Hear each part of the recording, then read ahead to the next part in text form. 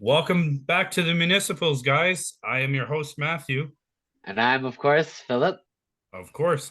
And today we are honored to be joined by the youngest candidate in this previous municipal election. She ran in Ward 6, Miss Hope Schrier. I hope I got that right by now. It's good enough. It's Hope Schrier. Thank you so much for having me. So, Hope, one of the big planks of your platform, I wanted to talk about your platform. I know we did a one-on-one during the election, but just to bring it back, was school safety. And I want to know if you were able to, because not just my debate, but there were other debates, if you were able to, I guess, go further on what you meant by the school safety. I know that you previously told me that there was only one high school in your region, and I was wondering if you can, um, I guess, expound on that a little bit, and then if Philip and I have any questions, we'll jump in. Yeah, no, totally. So in terms of the school safety, I believe, I think it's actually two schools. It's not two, no, because there's Northview too. Yeah, sorry. But I believe that there's two schools, but I went to like Mackenzie, which is like one of the main, pretty much the main one, and it was very, very overpopulated. And also in terms of like safetyness, like there was like unfortunately like crime that happened at the school. And like you should feel safe going to school and everything. And I just feel like we need like a big project in the ward that we need to work towards is opening up a new school, especially because we are so welcoming and we have so many new condos opening up, but we don't have really many. We have a bunch of middle schools and elementary schools, but not very many high schools, which How creates many how many students did you say was in Mackenzie? I believe when I went, it was close to 2000, maybe like 1800. Wow. Like, and it was built as a middle school like a bunch of years ago. So like That's a huge school.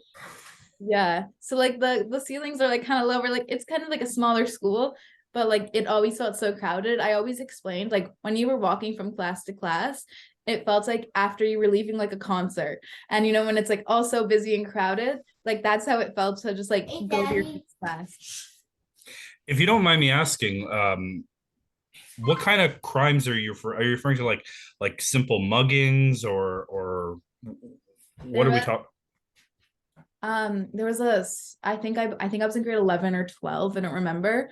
There was like a stabbing in the school, and it was kind of like very like I don't like no one told anything about it. It was all like kind of like no one knew anything, which made us feel like more dangerous because like you know like when everyone was talking about it at lunch and then we saw like the police come to the school, and that was like the main one that comes to mind. And just like in terms of being safetyness, like just of the area, like it didn't feel so super duper safe. What about I don't think I asked you this question during the election. What about your position on school resource officers, I guess police in schools? Where did you side on that issue? I don't know if I fully like agree like it needs to be happening 24/7, but maybe just like circling around the area like during busy times. So like maybe like just like a police go like, driving by at lunchtime or during like pickup or drop off. Just if they can. Just I feel like that would make people feel a bit more safer, not like them being there 24/7 though. Awesome. Phil, do you have any questions? Uh, Hope, how far removed from high school are you? Like, how many years has it been since you were in school? It's been like a year and a half, almost Oh two. my God. Okay, yeah. That was my like what I thought was my polite way of asking how old you are.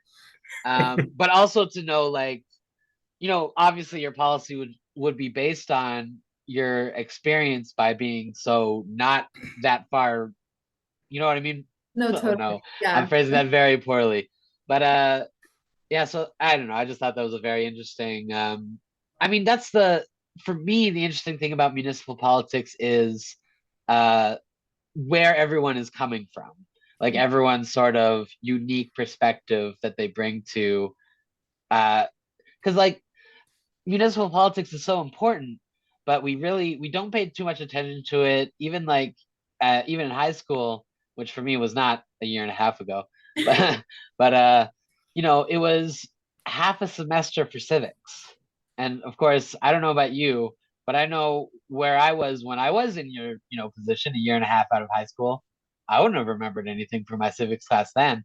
So I mean, I think I'm just more impressed that you're so interested to be. I mean, because I feel like sort of my interest in municipal politics sort of just is very new and recent. Um, but that's just not something you see very many young people participate in. So I think that's very cool. Not a question, just more a compliment. No, all good. Yeah, I'm 19 years old. So yeah. Um, Another thing I wanted to ask, your you went to a debate. It was at a school. I can't remember if it was a high school or middle school, but I was told by people that were there, your speech was something like, I used to be sitting right here where you guys are, and now I'm up here, or something like that. And I'm just wondering, I, I got to ask how that made you feel to be able to present like that. It was really cool. It was actually like Mackenzie, so the high school I Oh, went to. So it was really full circle. Like it like really felt like cool going back. It was actually the first time I had been back since I graduated, since COVID and everything. And it was really cool. And yeah, it kind of did feel like that. Like just like seeing like I don't like just seeing like obviously I pay attention to when everyone else was talking, but then to see all the students like faces like light up when I started to talk, it felt like I had like a power. I don't know how to explain it. It was like a super cool feeling.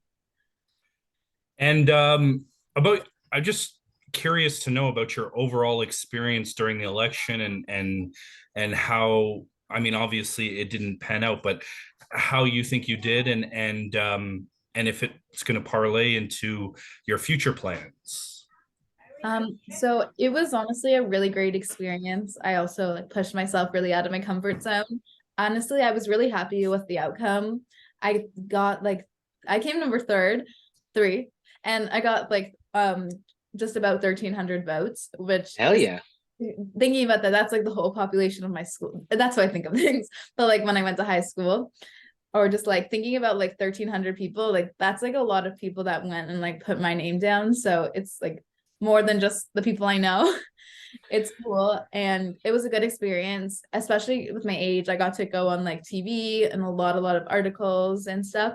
So, and that is like some stuff I want to do when I'm older. Like I want to go into social media and stuff. So that was really, really cool. And then I had a victory party with my family and my friends on the night of the election. So that was really fun. And I still get questions about it today, or like I'm in class and someone's like, oh, like you ran for city councilor. Like I feel like it's just something that's not gonna like just like go away like my whole life. Like it's gonna be something I did when I was like 19, which is really cool. It's notoriety. No notoriety. Yeah, I came third out of fourth. So that's still pretty good. No, you did amazing. And I mean, I did as much as I could. I was talking about you to everybody. I'm like, I appreciate you guys got to see this youngest candidate in the whole it. game. Thank you. You're welcome. See, I wasn't because in my mind I was thinking like I know Evan Semivez. We don't know how to pronounce his We name, mess up but names here. yeah, but he was 26. So I was thinking I was like, okay, so how old is Oak? I could have asked. I should have asked beforehand, but I didn't. So here we are. Yes, Um, God, I think I had a point, but I'm losing it. So it's all good. So how we usually do this, Hope, is we ask you some questions and then we have kind of a list of things that we go through depending on what happens in the week and we ask you for your take on it. Good. So if it's okay with you, I'd like to start with I don't know if you had a chance to read it, but Mayor Tory's budget announcements. It's a ooh, bit of wait, a before we begin, yeah, we can separate that into pieces. Yeah. well, my big thought is, Hope, since the election, have you been paying attention to like city stuff, continuing to? Uh, And yeah, I've been trying. It was just got really busy with like exam season and everything because I'm also in university. So right. I've been trying my best, and then I also work retail. So it was like Christmas time. This I hope you know that this wasn't a judgment call. My thought was more like because I know for me, after I did after the election was over, all I thought was, I just want more. I just want to keep doing this. So I wasn't sure if there were people who were just like they went through like 6 months of campaigning and then they were just so burnt out that they were like, I need to not see what's going on for like the next little bit. You know what I mean? So I was just even curious if like if we, I guess it's I don't know. I guess I'm unintentionally, You were gauging her. Yeah, I get it. I get yeah, it. and I feel guilty now that I'm doing this, and I'm realizing what I'm doing. I'm like, oh, What's very rude of me. Like I wouldn't do this to Norm. This is very rude. I'm so sorry, Hope. This is so rude. what's your what's your position on Bill 23 and 39? I'm just curious if you've read up or seen any of the city council meetings. I've briefly seen it. To be honest, I'm not too familiar with it. So Um, 2023 is the Better Homes Faster. That's the provincial one. Well, they're both provincial actually. And then Bill 39 is the quote unquote stronger mayor powers. Because strong mayor powers wasn't good enough. He needed stronger. um, yeah, no, we just wanted to get your opinion just because it even though the legislation is passed, you know, it's going to continuously be an issue for the next 4 years, up till at least until we either have a new mayor or a new premier that comes along and repeals this. Because let's be honest, Doug Ford's not going to do it. It benefits his friends and himself, so he's not going to do it. We're basically waiting for the next person to come along and do it. And I'm just wondering, what's your thought on that? I know I'm probably handicapping you a little bit because you were busy with exams, but anything you want to add on that? I think too much power is not good for like one person. It should be like divided. I'm not too familiar, so like I don't want to like necessarily say like the wrong thing. Um, so yeah, I don't really know that much more I about mean, it. but you got it. You got the essence down. It's just it's undemocratic. It's just giving one person more, regardless of the details. It's just more power. Which I mean, we should all be. We should all be. Maybe I'm being talking too broadly. We should all be opposed to centralizing power. I mean, but I mean that. Another, But I also laugh about it. I just thought of something else. Did you have a chance to reach out into any of the candidates either running against you or in other wards during the election? Yeah, so I met some of them at my school, and I got to meet the other candidates I was running against in person. Mhm. And I caught up with some of them over social media and like sharing each other's posts and stuff. So that was really cool. Awesome. And did you get to meet any of the mayoral candidates? Yeah, there was also some mayoral candidates at um my high school, and what was really cool is I was just walking in the parking lot, and one of them like knew who I was from all Ooh. this. So that was really cool to see, and I got like endorsed also by a few of them, which was really cool. Absolutely. It's a very Uh, cool feeling to be like recognized when that's just not something you recognize. No, As like that just doesn't happen. You like you it happens to other people. And then the first time it happens to you, what a cool feeling. yeah. does it happen at work? Yeah, it happens at work. I make TikToks. Oh Um, yes. so yeah. Okay, so if you guys are good, I'm gonna start reading the letter. It's kind of long, so I'll break it up and then we can comment on it. It just says Mayor Tory announces housing and other nuts and bolts investments in the 2023 budget. Today, I don't know what the date on this is. Sorry. Today, Mayor John Tory, Councillor Gary Crawford, your boy, chair of the budget committee, Deputy Mayor Jennifer McKelvey, and Councillor Brad Bradford, who's the chair of Planning and Housing Committee, outlined proposed investments to the 2023 budget to improve and protect nuts and bolts city services that Toronto relies on. Crucially, this budget proposes we invest nearly $2 billion in gross spending for housing initiatives. Um, Excluding ongoing COVID-19 expenses, this budget proposes $616 million in direct support from the city's tax base for housing initiatives. These housing initiatives build on the historic 2023 Housing Action Plan proposed by Mayor Tory and passed by Council in December. These investments include 3.5 million in new funding to fully support the implementation of legalizing multi-tenant housing. Give me a second. 7.08 million for the eviction prevention intervention in the community, the EPIC program. 18.85 million for the multi-unit residential acquisition program, 146 million for the operation of the city's housing secretariat, which includes housing development, revitalization, and improvement and support for tenants. And lastly, 295.8 million for the city subsidy in the Toronto Community Housing Corporation, as well as a further 10.8 million as they work to mitigate the impacts of COVID-19.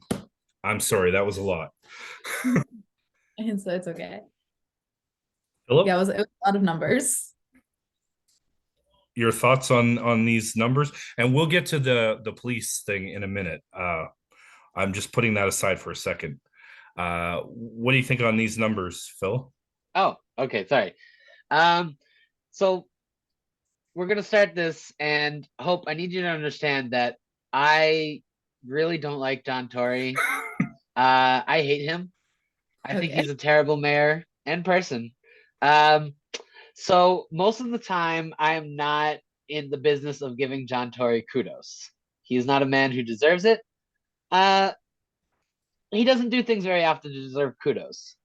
Of course, I'm very excited about legalizing multi-tenant housing. So that's, I don't know how much money needs to go into that. The numbers, a lot of the numbers that are in that letter to me are just kind of like in one ear out the other, because I don't know the context for like the financials, right? But like we're finally getting multi-tenant housing. That's very cool. I like that a lot. What I obviously I like the idea of the program, the acquisition of affordable housing by the city. My issue is, what does $18 million get you versus, and I know we haven't gotten there and we're going to, the police budget. It's like 15 or 18 million for acquisition, 50 million for the police. This is, we're showing our priorities here. That's my thoughts on here. I agree.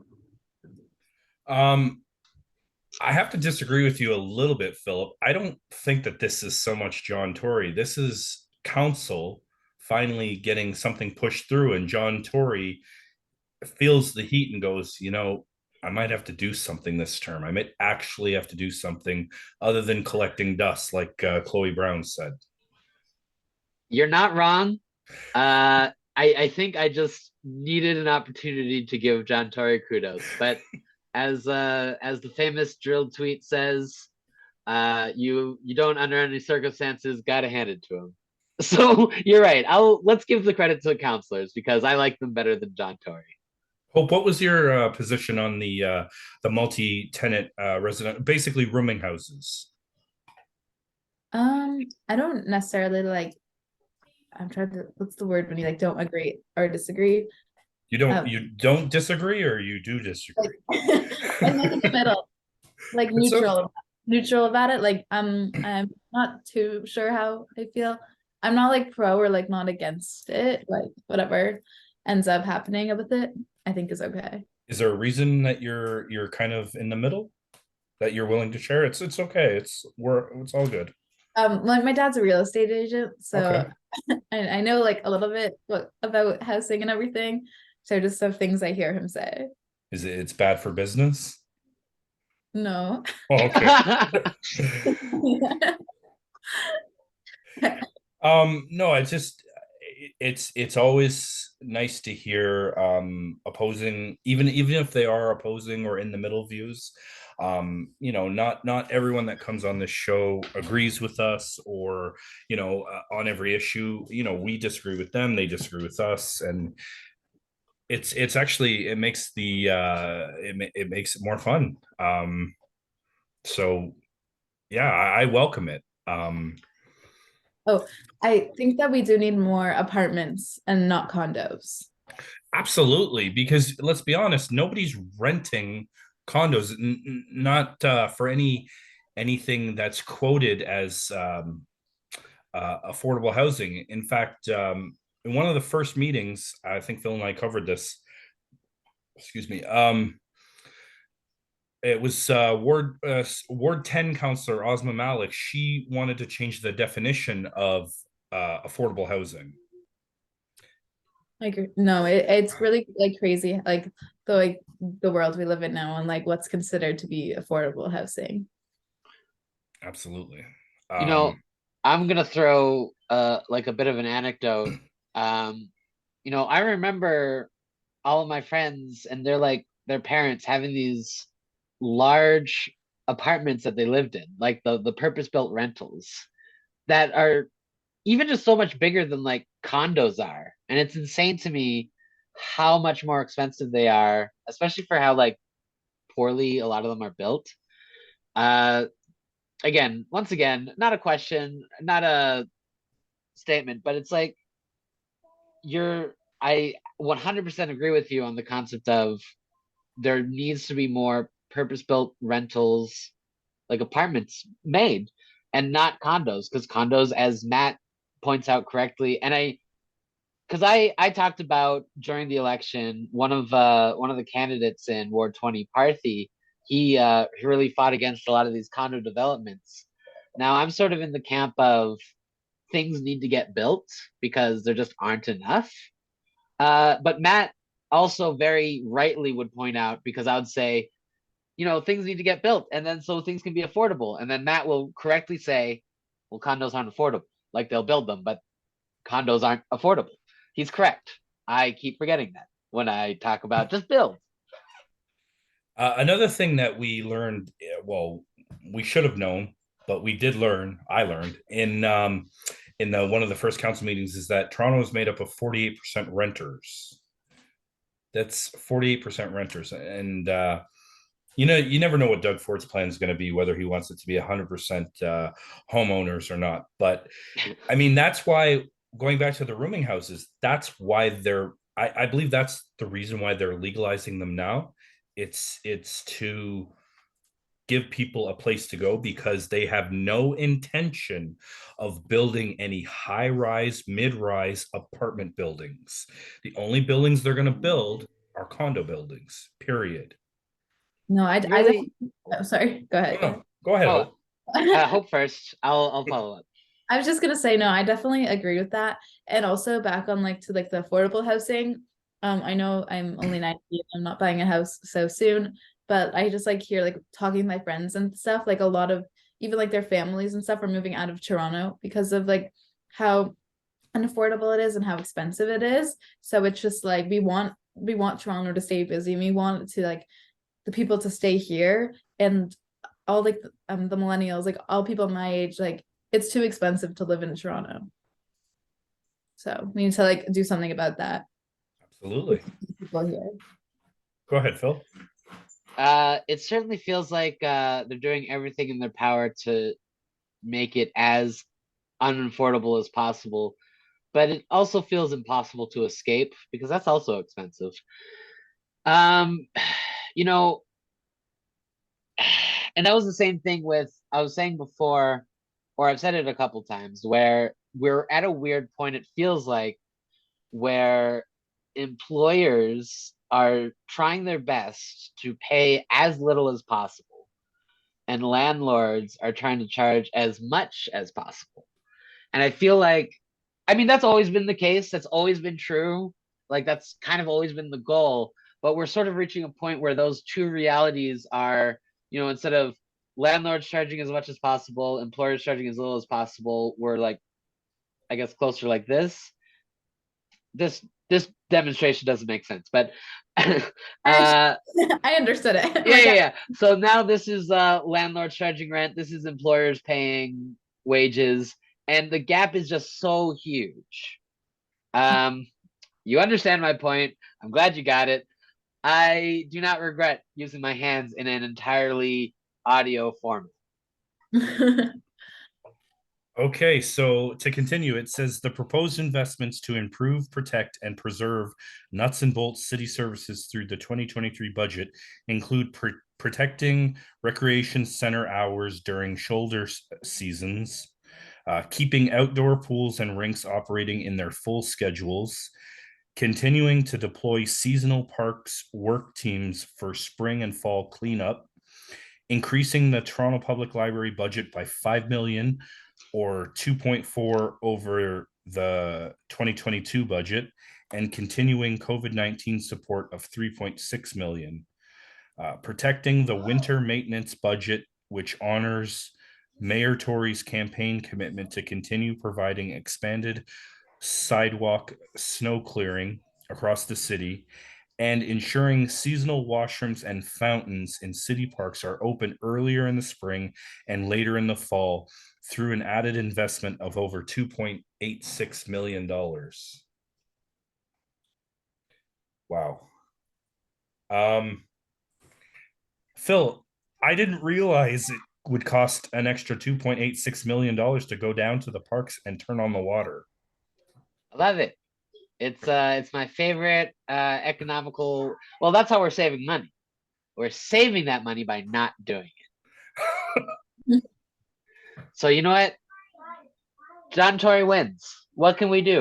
We hate water in the parks, and we love saving $2.8 million, which is, I think, a 1/5 of the security contracts to patrol the parks with security.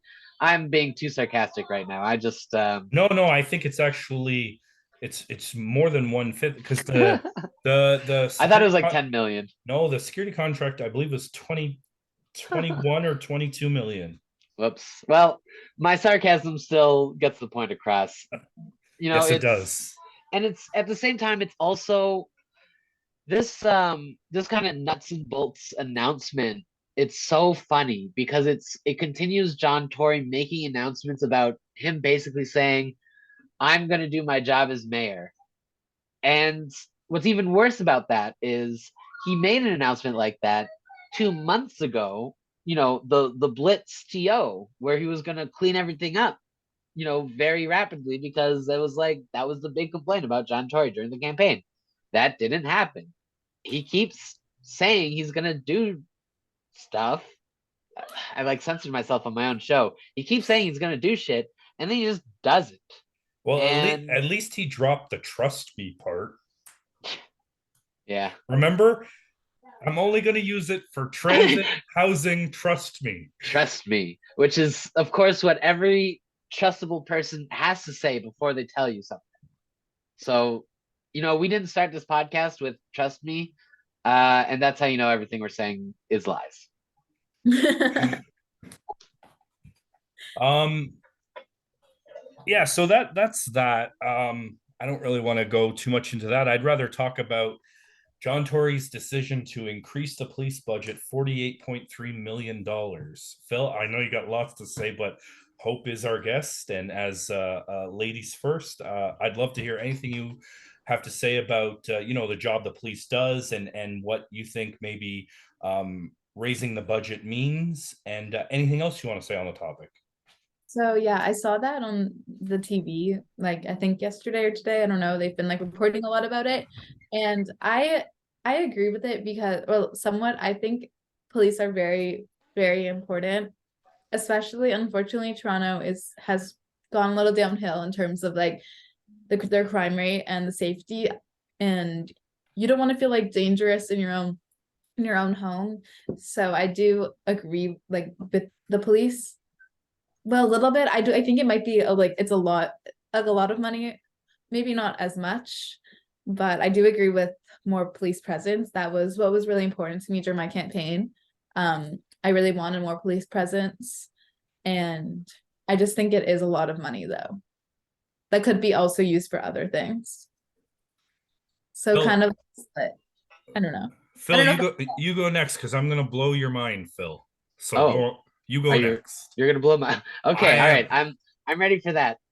Okay, as here's another thing. If you don't know a lot about me, I am very anti-police. Like very much on board. taking away their municipal budget to fund social services, because I believe that this, to prevent crime, you need to materially improve people's lives, or rather, the source of crime is, people commit crimes because their lives suck, like, financial restraints, stressors, things like that. Like, that's the source of crime. Police don't prevent that. Police react to crime. So it's very frustrating, especially for John Tory, to to talk so much about how there's no money in the city for anything, and how we're broke, and how he needs to like cry and beg to the provincial and federal governments for cash. And then it's just, oh yeah, by the way, also the police, we just give them more money. And it's irregardless of the controversial report that came out at the beginning of the summer, their use of force and race report, um, that basically talked about the racist actions of the police alongside their heavy-handed enforcement of cyclists, especially at Hyde Park. And if there's just tons of different stories and headlines of police controversies, and it just, in my mind, there's never any accountability with the police. And this is just a long-winded this is a really long-winded way for me to say that I don't like the police. But and so I am opposed to any budget increase for the police. That's where I stand. I don't want a budget increase for anything. And I just think that the city needs to be more critical, looking at the money we spend on the police and how our police are used. So I agree with Hope that the police are absolutely essential, but I also agree with Philip about the money. So here's what I think. I think that, much like you were saying, Philip, the police are reactive. And that's part of the problem, that only are there to be reactive. Well, half the problem is if you can be proactive, it eliminates a lot of the need to be reactive. You're not going to eliminate all crime, obviously not. But correct me if I'm wrong, Philip, the last 4 years, the police budget has gone up every year. Isn't that correct? I believe that's correct. Okay. And I know at least and the last budget it went up for sure. and would And you it, and sorry. I'm sorry, would you say that the last 4 years, with every budget increase, crimes increased? Or Uh, either that or has stayed the same? here's It what I'll has it say. has not gone down, is what I Oh mean. yeah, okay, yeah. I think Okay. that's probably fair to say. I Okay. was gonna say, I don't know if crime, like, I don't have the stats in front of me. No, Actually, you no, know what? neither do I. But you You can. continue your point, because I'm Okay. not. You're gonna look. No, no, no. It's okay. No, So I'm the ready. I crime. believe in you. So the crime has either gone up or it's stayed the same, but we keep increasing the budget. So John Tory thinks that by increasing the budget, we can get the crime rate under control. And he's thought that for at least the last 4 years, maybe even the first four. It kind of sounds like he keeps doing the same thing and expecting a different result. Gee, what's the definition? Oh, that's right. He's insane. He did it. He got there. That was really good, actually. Um, I got to be honest with you. I don't believe in defunding the police. The police are absolutely essential. The problem is that there are too many chefs in the kitchen right now. You got the outgoing chief, you just got a new chief, and the mayor likes to stick his nose in the business and contract cops to break up encampments. And there's too many chefs in the kitchen. The police need to be proactive, not reactive. Um, that's part of the problem, and I say that knowing full well that in the last 2 months or however long it's been, we've lost 4 officers, whether they're TPS or OPP or whatever, and then that's sad, and that should not happen. However, there this is the situation we at least face in Toronto, that there's too much money going to the police budget. It needs to be, honestly, I would cut probably 300 million off of the budget and reappropriate that elsewhere. That's what I would do, but I'm not in charge. And that's pretty good considering that my campaign, I had only said 400 million. So, like only 100 more than that. But I honestly, I'll tell you, when my kids were a little bit younger, we had a school resource officer named Officer Rich, and he didn't carry a gun. But he came in, he drove his car into the schoolyard. He let the kids sit in the front seat, honk the horn, do the siren, wear his hat. He was really, really good with the kids. I don't know what other kids' experiences were with school resource officers, but my kids had a pretty good experience. I think that might be worth at least trying again. The other thing I would do to cut costs is that Toronto police wouldn't be doing any more pay duty. That's what we have crossing guards for. Yeah. Those are Security guards. just or security guards. Yeah, come on, we own Logix now, 22 million. Right, shit. What do you think about what I'm saying, Hope? Am I off base or? No, I completely agree. Everything you're saying like makes sense to me, and I agree with it. A couple episodes ago, we don't like to toot our own horns, but we actually we I we solved the homeless crisis in Toronto. So we're very good, by the way. Before I tell you how, I can't remember, what was your position on the Gardner Expressway? Were you in favor of keeping it or getting rid of it? This is foreshadowing, by the way. Yeah, this is foreshadowing. I didn't have an opinion on it. That's okay. I didn't know about it. That's okay. So the problem is that at least every term, the minimum it's going to cost to keep the Gardner running, because it's a freeway in the air, it's around $2 billion, and that is the amount that Toronto City Council has in their quote unquote reserves. So if we get rid of the Gardner, we take that $2 billion and we restore every single unhoused person in Toronto to their former lives. We've solved the homeless problem, or the homeless problem. They all become taxpayers, and they become contributing members of society, and we grow together as a city better. But like I said, I'm just one person. Oh, it sounds like a good plan. Yeah, ever since the election wrap, like I know that you and I had only talked during the election. I kind of kept my opinions to myself. But now that it's over, I'm free to say what I want.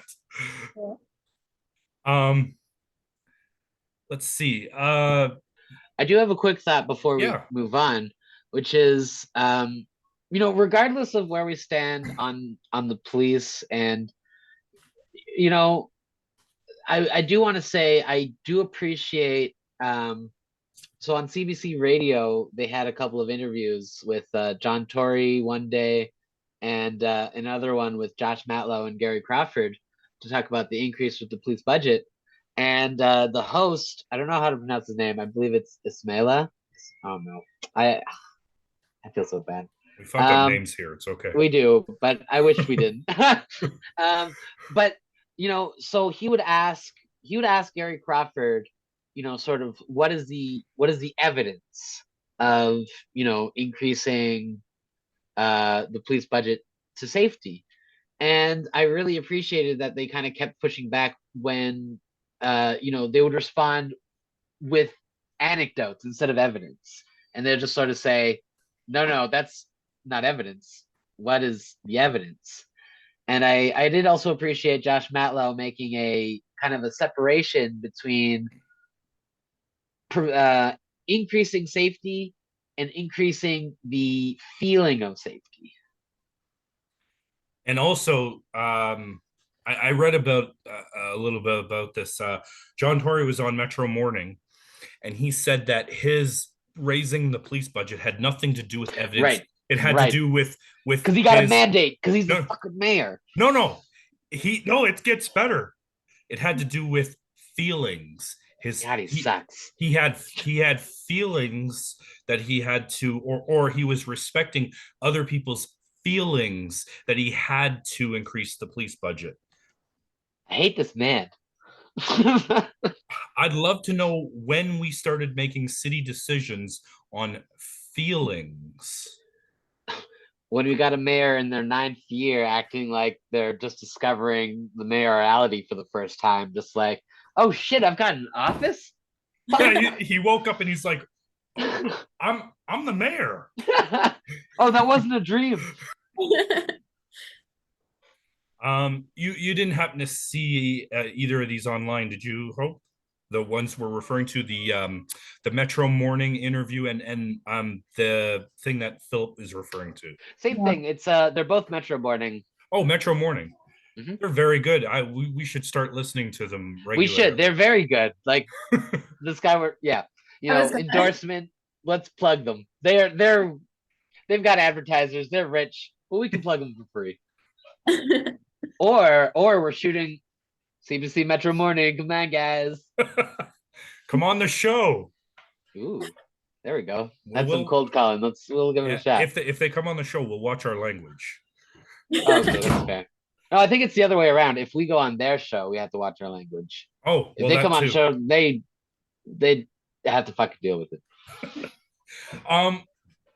Philip, before we move on totally from violence, I came across something in my notes. We must have skipped over it because we did not cover it. So back in early December, this woman called the police because of a B&E, and they told her to call the mayor. The 911 operator? Hold on, I've got it here. I just gotta pull it up on my phone. It's so far down because, okay. Toronto woman livid after police allegedly told her to call mayor during home invasion attempt. Let me see if I can get the whole article. Okay, so a woman says she's livid after an officer with the Toronto Police Service allegedly told her to call the mayor while an intruder attempted to break in her home Sunday night. This person's name, I'll name drop her, is Sahar Bargian, Barghian. She detailed an incident in a video uploaded to TikTok on December 6th. In the video, she says that a stranger attempted to break into her home on the evening prior.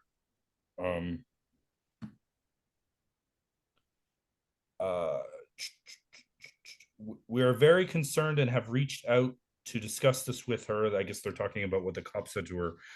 We don't have anything further to add at this time.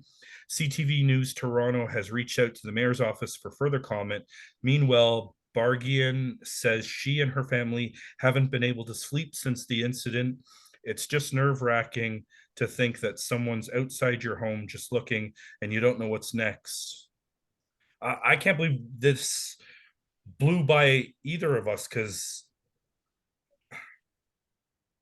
Yeah, I had not heard about this before. That's awful. yeah. Actually, I think that brings up a good a thought here where regardless of where you stand of if you think the police are valuable or not, I mean that's sort of the two sides. There's clearly a failure from the Toronto police specifically. If anything, minimum, specifically Toronto police. Because I work as a security guard downtown.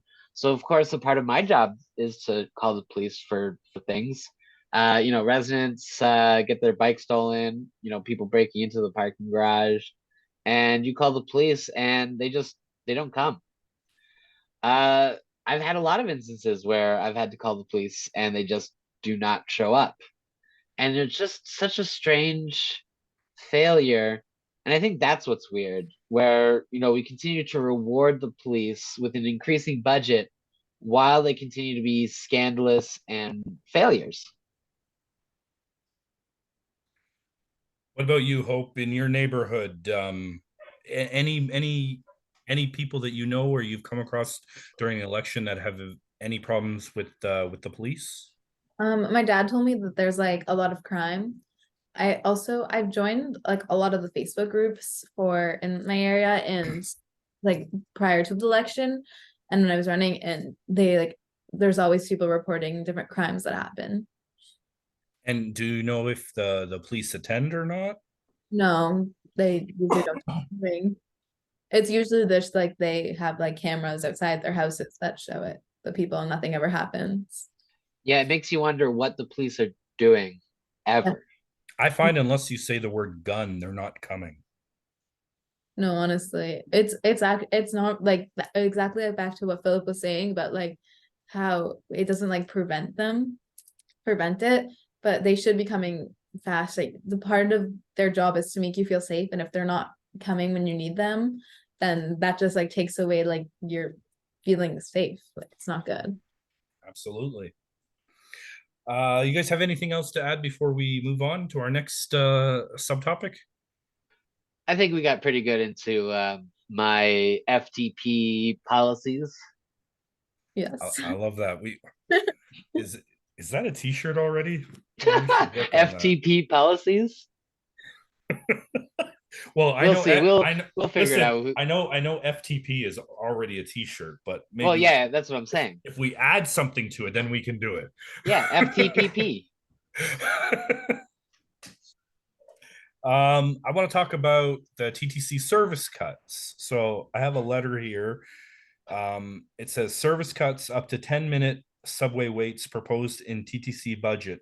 Increasing fares to fund inadequate transit discount is a shell game, TTC Riders says.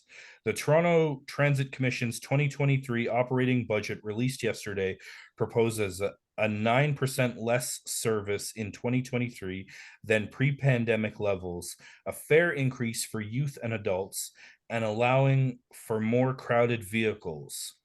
TTC Riders, a membership organization of transit users in Toronto, released the following statement.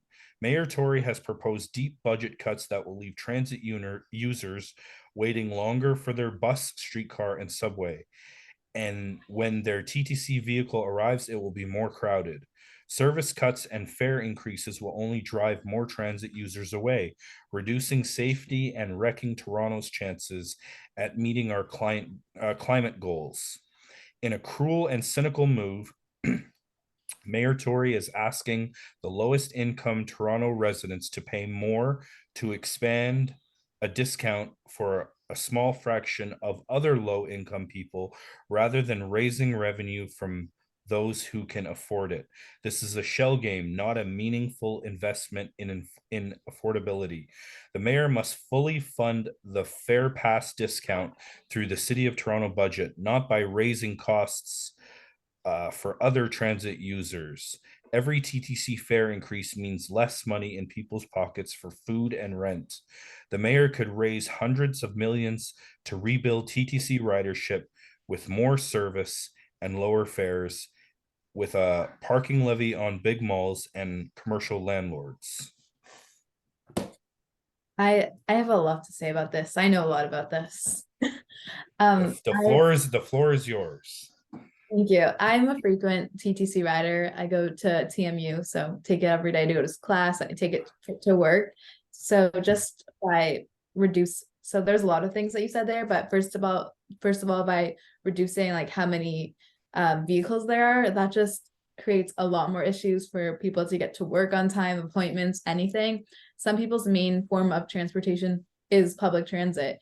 So if it's not like available to them, and also really like it shouldn't be going up. I think I saw that too. I think I saw it on TikTok that it was going up, and it's just crazy because I like the amount I remember it used to, I don't know how I was little, I used to have like those like little, it was like a paper and Yeah, there were tickets. Oh, like the little tickets? Yeah. Yeah, like these little tickets. Student tickets. Yeah. They had student, adult, and senior. Everyone had ticket.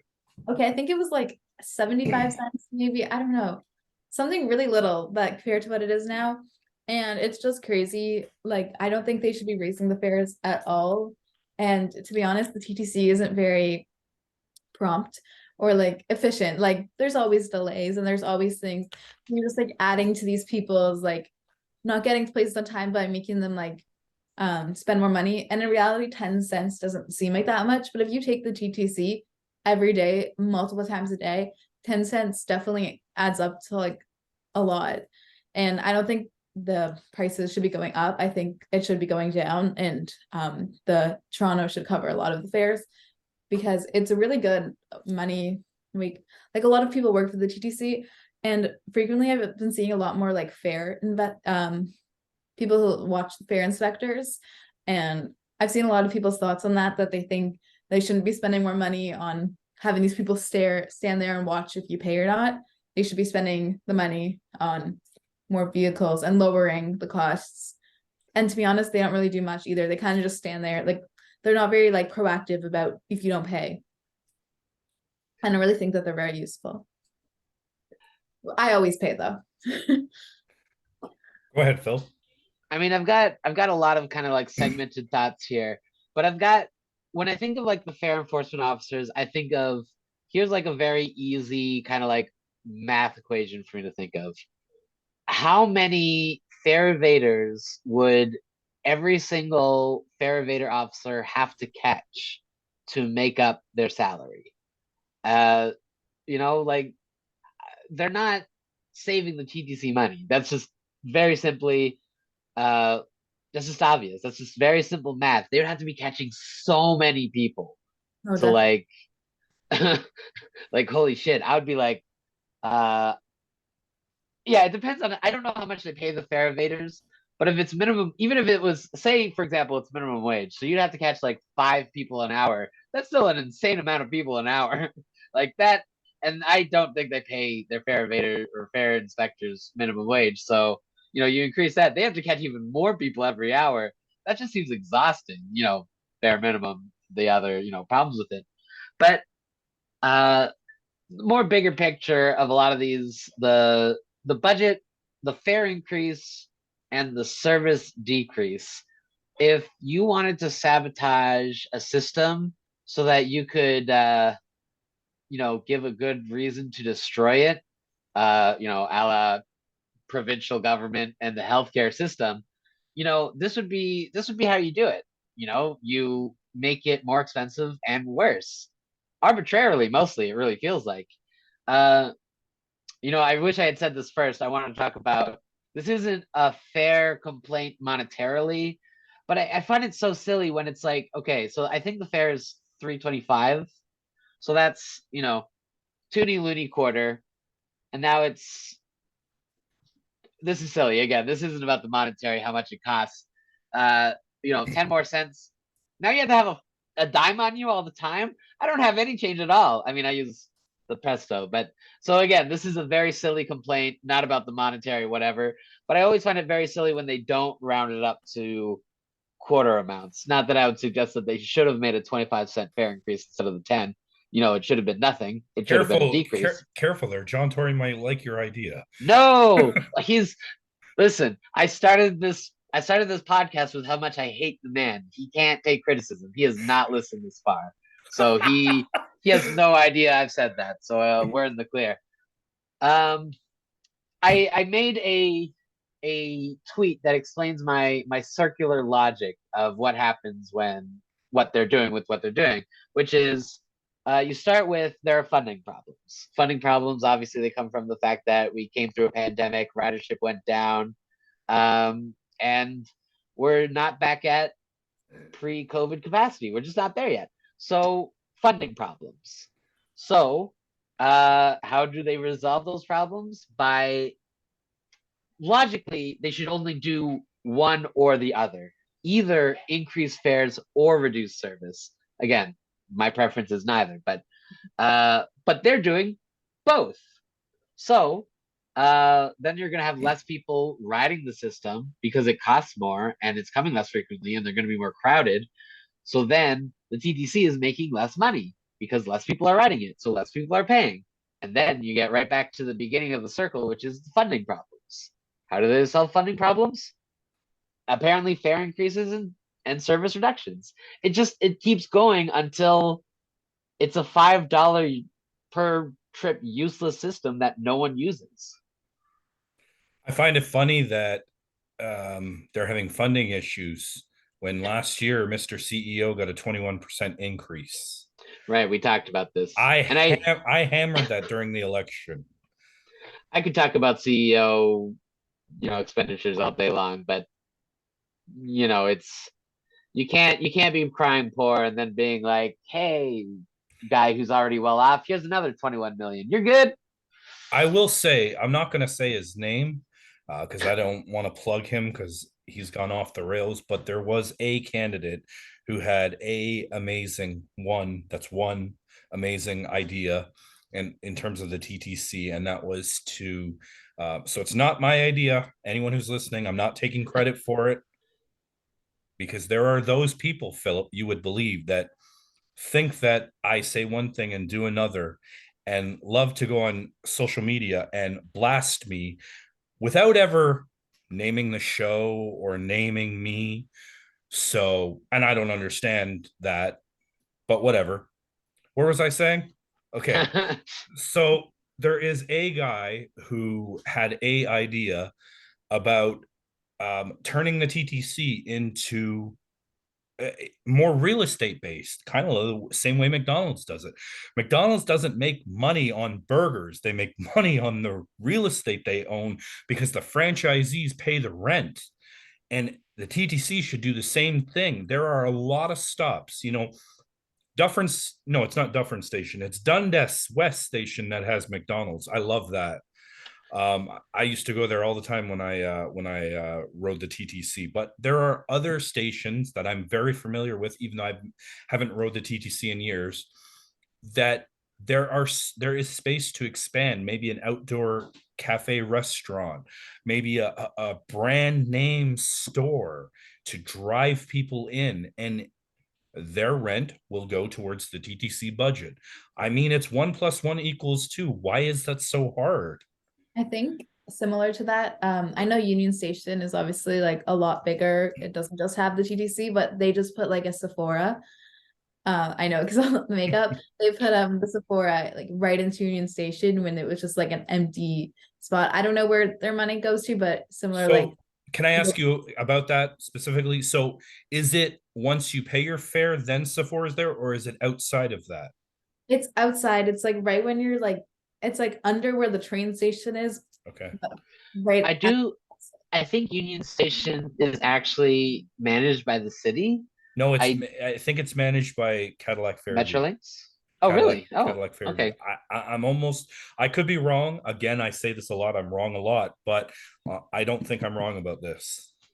I think I only thought that because someone had mentioned, you know what? It was the security guards. It was some story when the whole train debacle was happening a couple weeks back.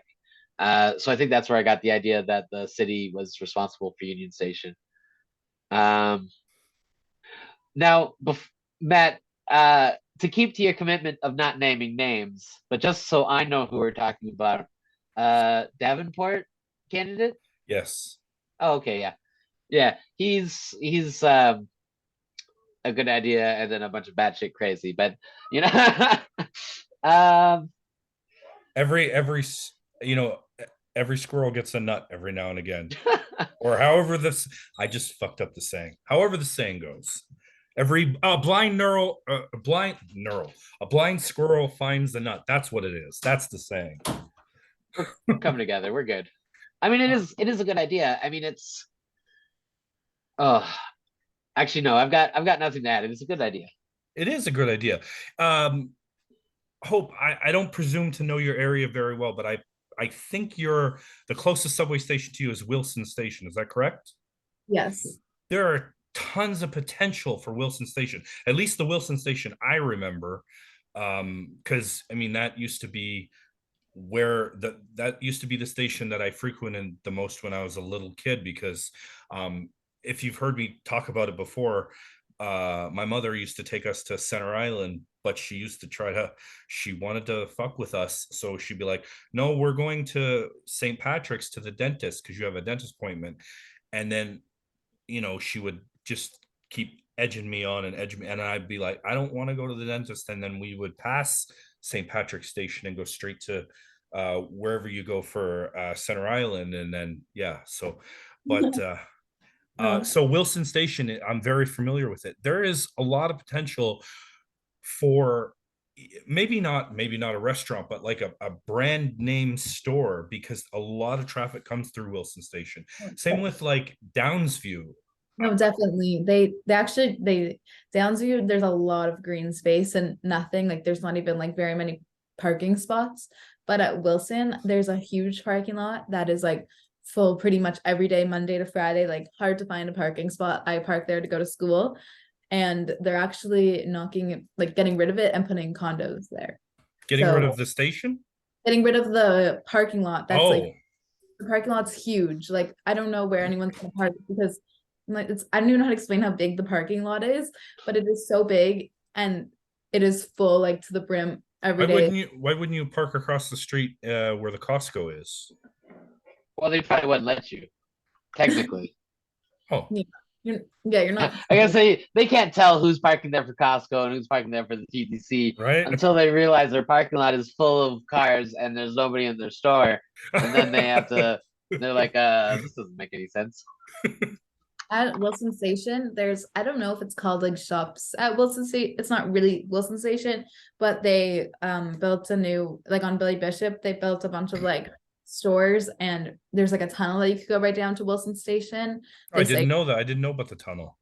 you're not supposed to park like your fair investors fair, but I don't. But like I'm telling you, I always see TTC people, like workers, walking through that place because it's right across the street, and then you can just go in the tunnel under, and you're like right at the station.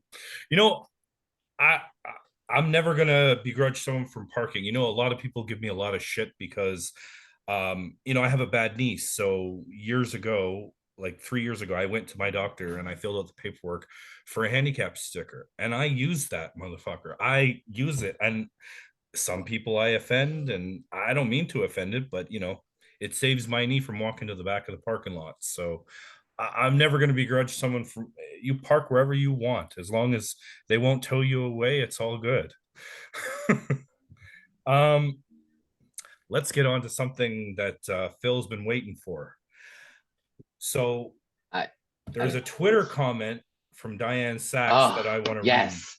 and then get both your Uh, opinions on. can I start? Well, I'm going to read it and then you can No, start. Yeah. I know. Okay, thank you, because So I got it. Diane Sachs I don't have the full comment. Shit. It says, you know what? Let me try to look it up on Twitter. Give me You one know, second I think I while can you're get doing it that. real quick, and Yeah, I could yeah, probably give the context too. yeah. See if you can get the comment. I've got the comeback from Janet Davis, former counselor Davis. Ooh, okay. But if you can get the original comment. Okay.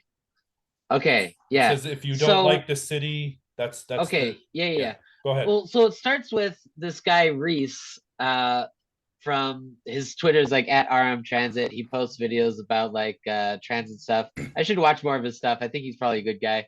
Maybe we'll even ask him to come on the show. Maybe. Anyways, uh, so he just posting about, and in fact, I know the area that he's taking a picture of. That's just before George Street, which is where I work, uh, right across from St. James Park, and he's just posting like a street that's in disrepair, and he basically just says we should not be okay with the streets looking this way, and he tags Diane Sachs. Uh, I don't. The funny thing is, I will say I don't know why he tags her there because this is Chris Moyes' ward. This is Ward 13, Are but you still, sure? Are you sure? yeah. Because I work there. I know the area. Okay. That's Ward 13. But it is good that you say, am I sure? Because I did also think that the King Street pilot corridor was here. And I very angrily posted about how they were letting cars drive, like turn there. And Norm was like, that's not where the corridor is, buddy. I was like, shit, I look like an idiot. Anyways, so he basically says, this not a good look. So Diane replies, if you don't like the city in such disrepair, then send in a submission to the budget committee and ask the city to raise enough revenue to pay for a good quality of services and infrastructure. It won't happen unless people speak up for it. She is a sitting city councilor seeing the rhetoric on Twitter, and instead of saying, I hear what you're saying, she says, complain in the proper way. Shut up. If you didn't want to be the lightning rod for municipal problems, why did you run? Why are you here? Why did you have to win over my friend Norm? I really like Norm. So Just, shout out. I'll read Janet Davis's response, and then if you want to read a couple of the response, you don't have to read the people's names, but a couple of the responses that you think make sense, the ones you want to pick it, you can cherry pick some. But I'll pick. so Janet Davis responds, sure looks like John Tory doesn't care what councillors or the public thinks. He's already decided his priorities, increased police TTC enforcement before the budget release or public hearings, thought we had local democracy and not just an advisory board.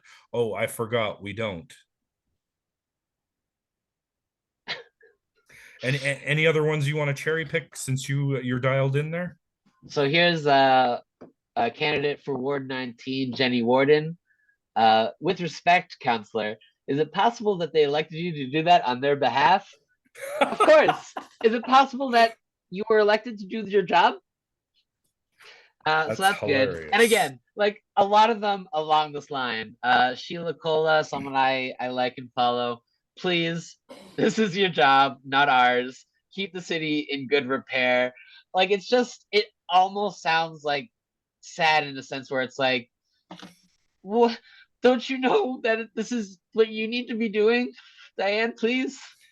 And if we're keeping track of her scorecard, this is the second time that she's made I won't say critical error, but error.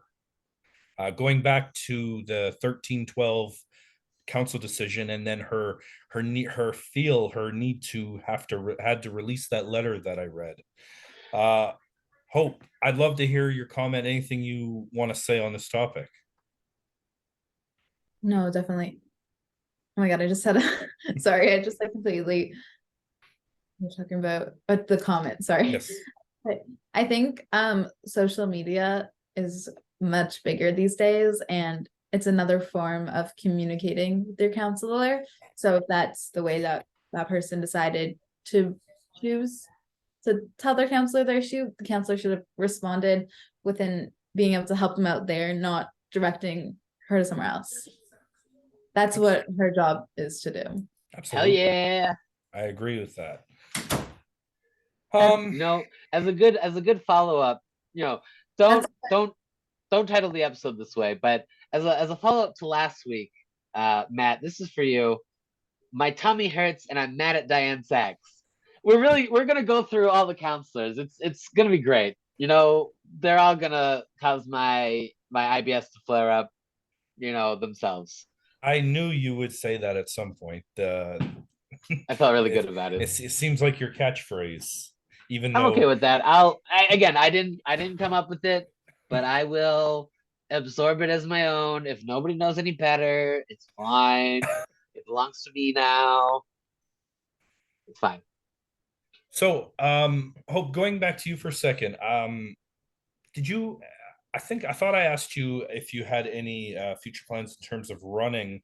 I know, like I read up on you when you entered the race.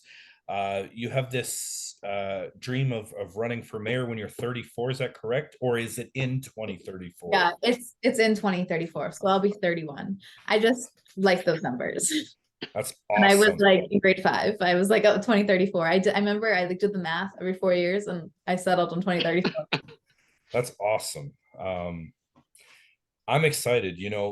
I've been a fan of yours since day one because this is going to sound really horrible. It's because of your age, because one of the big problems in Toronto is that none of the young people give a shit about politics. They don't care about, and then when you meet a young person who cares about politics, then they get overloaded. There's federal, there's provincial, there's municipal, and they don't care. And a lot of them don't understand which government to be mad at for which issue, which government to go to for which issue they need help for. And I find like when a young person like yourself not only is interested but runs, that increases the chances that you're going to drag a whole bunch of young people with you. And that's what I was excited for. I'm like, yes. I'm like, these old people, they're confused, they're misguided. They, we got Trudeau lovers and we got Ford lovers and we got Kathleen Wynne lovers. And we need, that's why I love, like I told you in our interview, I love municipal politics because you're not dealing with parties, you're dealing with people. It's one person.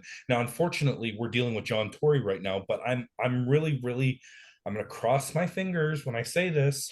I'm hoping he's gone 2026. Phil's, I don't remember if he said he's committed to running, but I want to do something in 2026. I haven't decided what it was. But I'm really thinking that 2026 is going to be my year. As I've told you, in our interview, I've been juggling and back and forth for 12 years, and it's now, excuse the expression, but it's now time to shit or get off the pot. You know what I'm saying? No, I really think that you should. You got my vote. I'll endorse you. I was gonna say about running for, I think I got, what was really cool as well is a lot of my friends who came in for like reading week went out to vote, obviously just because of me, but I don't think they would have voted if I wasn't running. So it was cool. I definitely did get a lot of young people out there and voting, and that was a cool reaction of it. I don't know if that's the right word. Yeah, you're definitely I think I can speak for Phil. You're definitely an inspiration to the younger generation. We need more like you. And another comment I said during most of my interviews is what I would have preferred this council is a complete, other than maybe Josh Matlow, a complete rookie council, because we've already tried the people with experience, and look where it goes back to the insane comment I made about John Tory. We keep doing the same thing and expecting a different result. It's just not going to happen. We need to try something different. No, exactly. Phil, you got anything to add? Uh, you know, I think it's something that I've brought up during my run. In fact, I probably even maybe mentioned it in our interview back then, where you know I think what we're really lacking in politics everywhere, we're really lacking a lack of. I'm trying to think of how I want to phrase this. Representation of experiences. So, like for example, I wanted to run, as someone who I consider myself lower income, like I'm taking care of a family. I don't have a car, so I like rely on public transit. Uh, so I experience the service cut, so I know what it's like as someone who takes the TTC. Like I would represent TTC riders on council. So, for example, I would never vote for that budget of a fare increase and service decrease. And that's when you have a council full of people who don't rely on the TTC. You know, the ends sort of justify the means. It's like, well, we need to make this budget work, and it's like, okay, but people rely on the service. It's so I'm sort of like kind of jumbled up all over the place. So, but I do think it's very great for you to run as someone who is, for example, just coming out of high school, because that's very fresh for you. So like very student related issues, which would very much be ignored by the counselors who are for the most part older, who have not been in school for a very long time. So it's just the different groups of people who are running to have their ideas represented, which I think is very cool. And why I really like municipal politics. I think, I kind of jumped with all that, but it's cool. That's it. That's what I want to say. It's cool. Thank you. Okay, so I had a couple more things that I wanted to go over just real quick. Stuff we were going to cover last week. Um, Phil, have you ever heard of Create TO? I have. And what about you, Hope? Have you heard of it's something newer. It hasn't been around for long. Have you heard of it? No, I'm not familiar with it. What is it? So it's a program. It's called Create TO. I'm going to read it right from the website, and then we can talk about it a little bit. So it says launched on January 1st, 2018. Create TO was established by the City of Toronto to manage its real estate portfolio, which, with more than 8,000 properties, is one of the most expansive, diverse, and valuable real estate portfolios in all of North America. Create TO will develop city buildings and lands for municipal purposes and deliver client focused real estate solutions to city divisions, agencies, and corporations. And their story continues. In May 2017, City Council voted to adopt a new citywide model to centralize the delivery of its real estate services. Under this new model, Build TO and the Toronto Port Lands Company are now part of Create TO, which works closely with the City of Toronto's real estate services and facilities management divisions to apply a citywide lens to ensure the most effective use of real estate assets. Previously, more than 24 divisions, agencies, and corporations have been involved in a variety of real estate functions and activities. Create TO will enable the city for the first time to adopt a strategic citywide approach towards the delivery of real estate services that promote a balance of community and economic benefits, the intent to create opportunities to build a better Toronto by continuously looking for new and better ways to use the city's real estate assets, underutilized and surplus lands, and open spaces, serving as a catalyst for city building. Create TO works collaboratively with city stakeholders, external partners, and community members to develop real estate solutions that are innovative in their approach and effective in their design and delivery, creating more livable, sustainable, and inclusive communities. Wow, that was a mouthful. Sorry about that, guys. Um, I'm just wondering, Phil, if you want to touch on this first, what you think about that. We all know that Josh Matlow, we said it, I said it last week. It was a quote: "Housing now is a failure. What about Create TO?" You know, um, well, because I'm looking at the website now, and I'm just like, Oh, so uh, you were following along. yeah, but I was thinking to myself, like, this this isn't with the city specifically, is it? It's funded by the city. Oh, okay. Yeah. Because I'm on the projects page, and I was confused because they also have a segment on housing now. So I was confused on what it was, but I'm just like, I'm looking at some of these project places, including one for Warden Station, which I assume is the idea where they want to build the condo on the parking lot. Is that it? Oh, yeah, it is. Oh, sorry, I'm sort of talking to myself. No, no, But it's I think this was what Parthy was opposed during the campaign. Sorry, again, I realize that means nothing to you, Hope. That just came out of nowhere. Um, yeah, Parthy Kendavel was one of the candidates for Ward 20, and I think this specific project I think was the one he was opposing. Crazy, so wow. interesting. How you just stumble into these things. Let's talk about the board of directors. You'll find this very interesting. Ooh. So, the first two names you probably won't recognize. The chair, his name's Ron Caracini or Caracini, depending on how you pronounce it. Um, Vice chair, Whoa. Sorry, vice, I'm just seeing the names. Sorry, yeah, I'm spoiling. I jumped I'm ahead. getting there. I'm getting I there. Vice chair is a lady named Sandra Levy, and then we have two directors, Counselor Paula Fletcher and Counselor Brad Bradford, better known as John Tory's boy, involved in that. And then the rest of the names I don't really know. Um, wow. Did you say, So, sorry, that Housing Now is a part of Create TO? well, because if you go under let's see, where was it? Oh, projects portfolio. You click it, and it's one of the top things there. It's Discover Housing Now.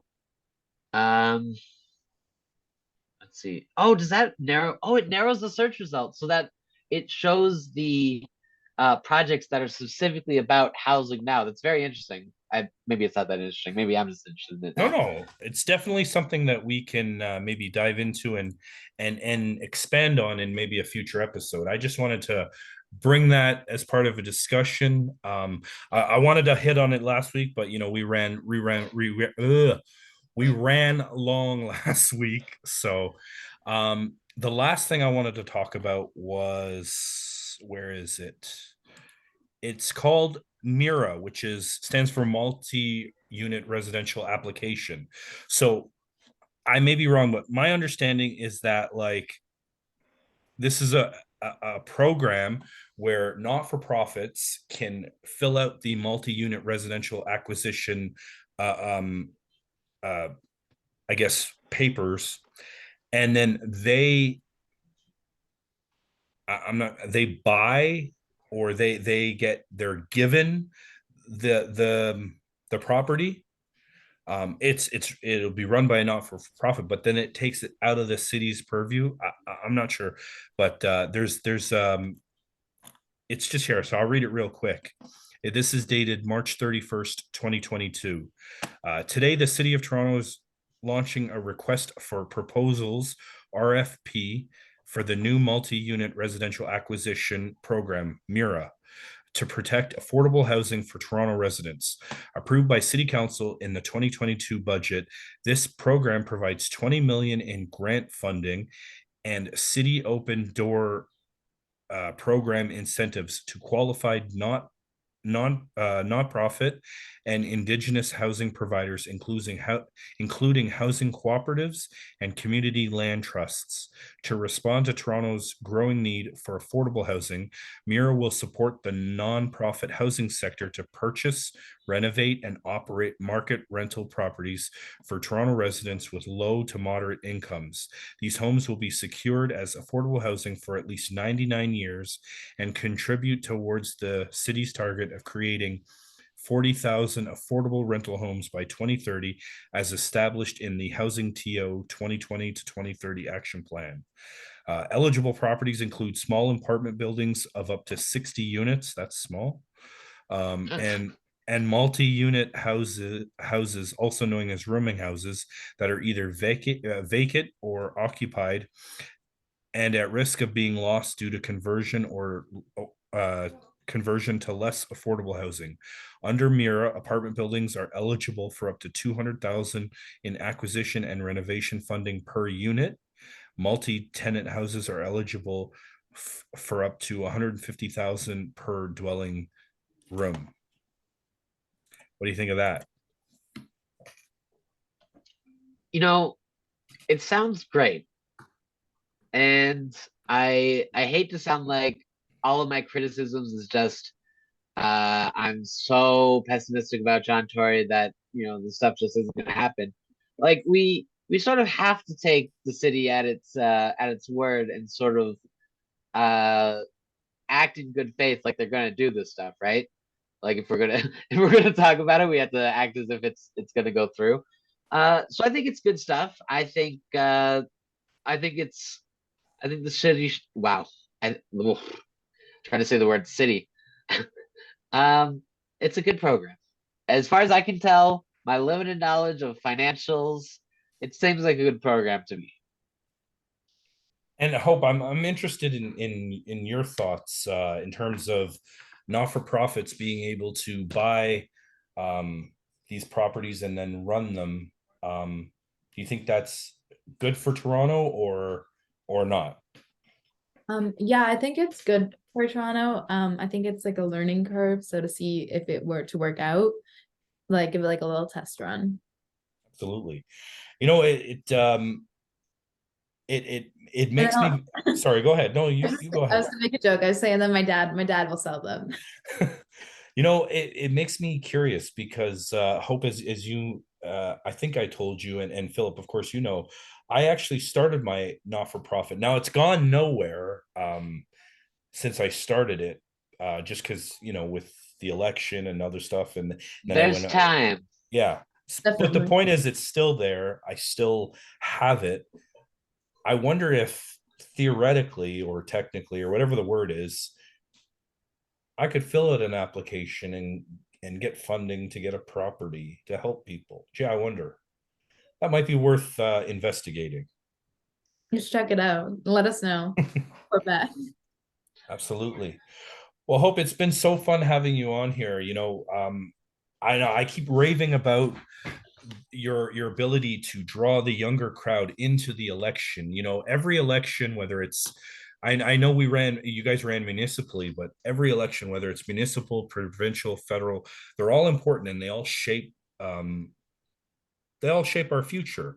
And I mean, it's no secret, Phil and I'm not going to speak for Phil on this singular issue, but I'm not a big fan. I'm not a fan. I'm not a big fan.